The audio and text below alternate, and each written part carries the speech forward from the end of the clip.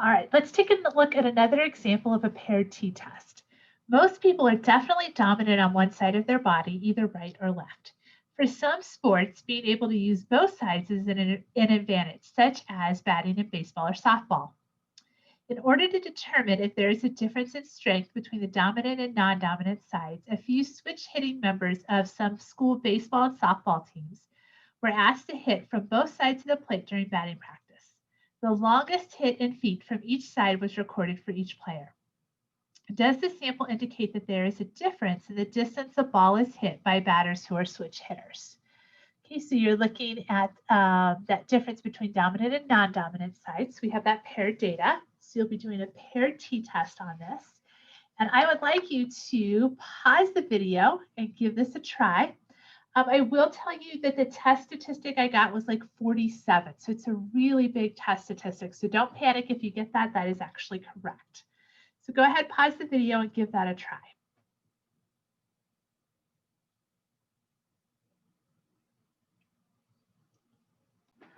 All right, so hopefully you gave that a try because I want to kind of fly through this pretty quickly so you can get onto the homework.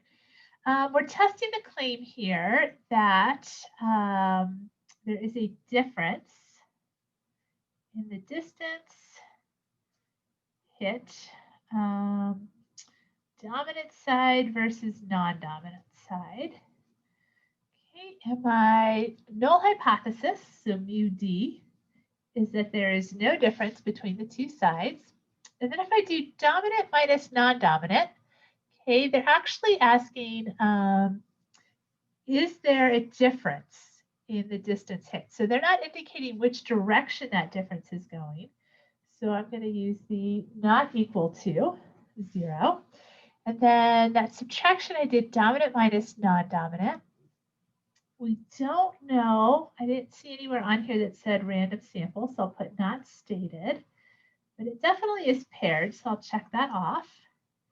We're not quite large enough, and I got a standard deviation for the differences of 2.3. So we do need to look at this normal probability plot here. And then once we do that, that's a paired t-test.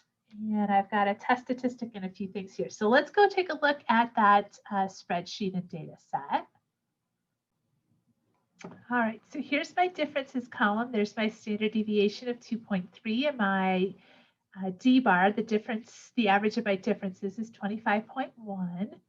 And then let's see, to do my data analysis, and I'll choose regression. So my Y range is going to be this data out of the differences column. And then my X range can be either of the other two columns. It doesn't matter. And then I'm looking for a normal probability plot, which is checked at the bottom. And I'll say OK. And here's my normal probability plot. Wow, that looks really good. That's pretty much all lined up. So I'll make a note. I'll circle that normal differences and make a note that says my NPP is straight. Okay, so I've got that. And I can find my test statistic here using the formula.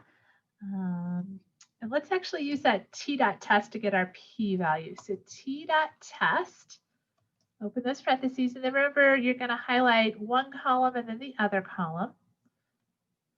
So put a comma in between each of those, and you'll put another comma. And then it asks you for the tails. So since our alternative hypothesis was not equal to, we have a two-tail test here. And we'll put another comma and we'll put a 1 in for that paired test.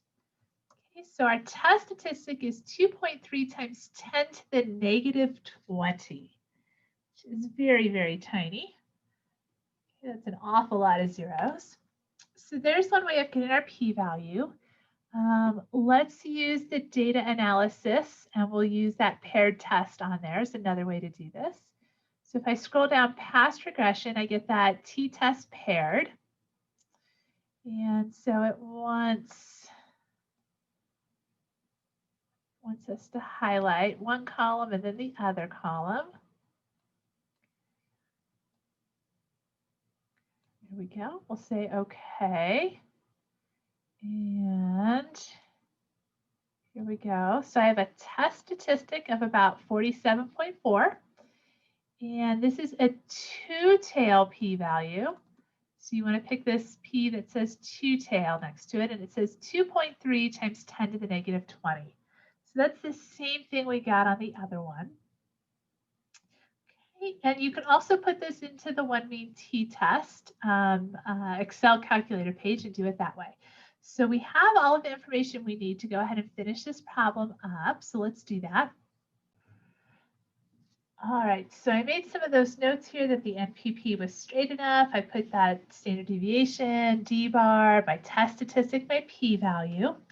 They don't give us a significance level or an alpha here. So generally, if they don't provide that, we use 0.05.